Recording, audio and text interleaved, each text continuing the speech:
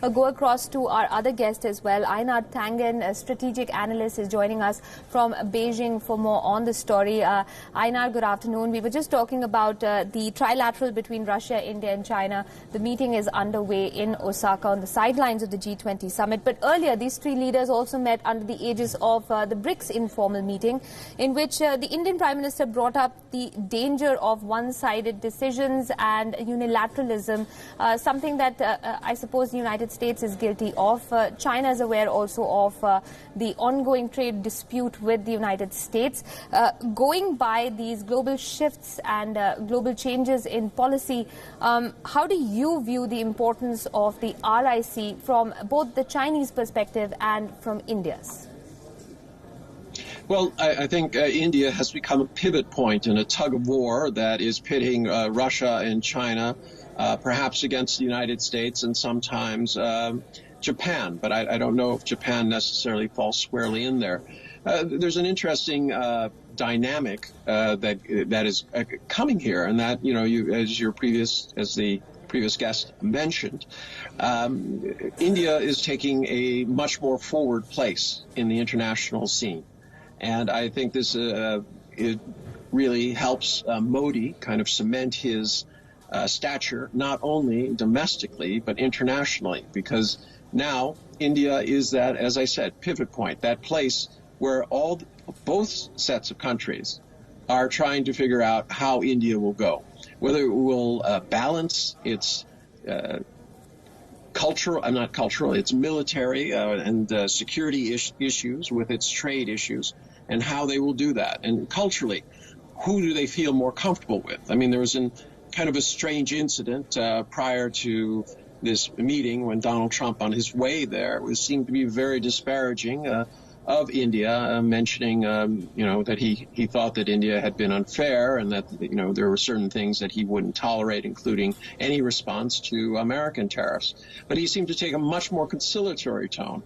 And I think that really speaks volumes about the change in the international attitude and the position of India vis-a-vis both of these kind of competing camps. Absolutely. It's interesting you bring up Japan and the United States, because interestingly enough, Ambassador Singh, India is part of that trilateral as well. There is a collaboration with Japan and the United States. And just going off of what Einar just said, there is a huge difference between Trump on Twitter and Trump in person. I mean, we saw the change in tone and tenor taking place from that tweet before the summit to a rather conciliatory note that was struck in the bilateral.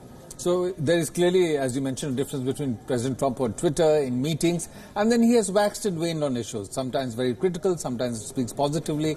He has criticized India several times, ostensibly on the ground of high tariffs, whereas the fact is that tariff levels in India are not really high compared to many other countries in the world. Right. And then at the same time, he has repeatedly spoken about relations between US and India being strongest under his presidency. So he said both things.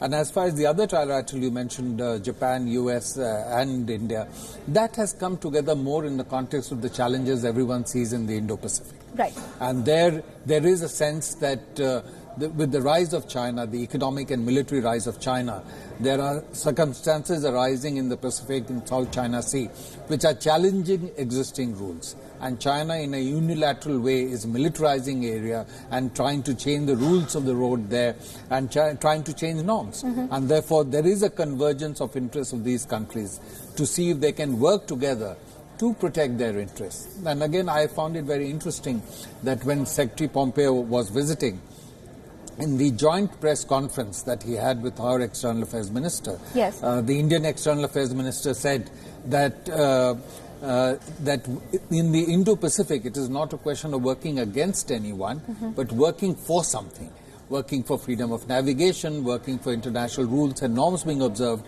and each country independently works to see how they can protect their interests and then works on the basis of convergence. Right. So there is clearly a signal that India will work with US and Japan based on the convergence, but will not necessarily get involved in any kind of an alliance arrangement against China, the third country. Sure. So there is a signal to the US, there is a signal to China, and I think there is a signal domestically that foreign policy in India is being done on the basis of India's own national interests and not any kind of an alliance pattern. Indeed. And Einar, just going off of the ambassador's comments, in that sense, do you feel also the Wuhan spirit, this newfound relationship between India and China that has come up for a lot of discussion last year, it does add another contour perhaps to the RIC and China's engagement with India, both bilaterally and within the confines of these multilateral fora?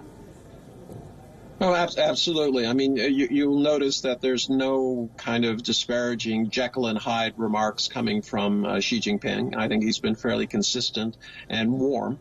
And I think that's what you need when you're having these types of tete-a-tetes between the heads of country.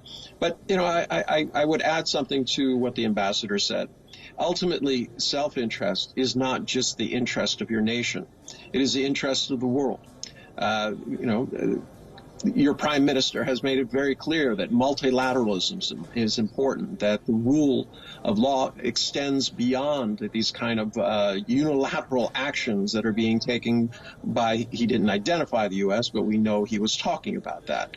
So there has to be, and even on climate change and such things, there has to be some sort of cooperation. He identified terrorism as something that is really one of the biggest threats around. And, when you start looking at that, that does take multilateral cooperation. It does take neighbors to come together and realize that there is something more than just national interest in a small way domestically, that a sustainable world and environment depends on total cooperation between all of the parties involved.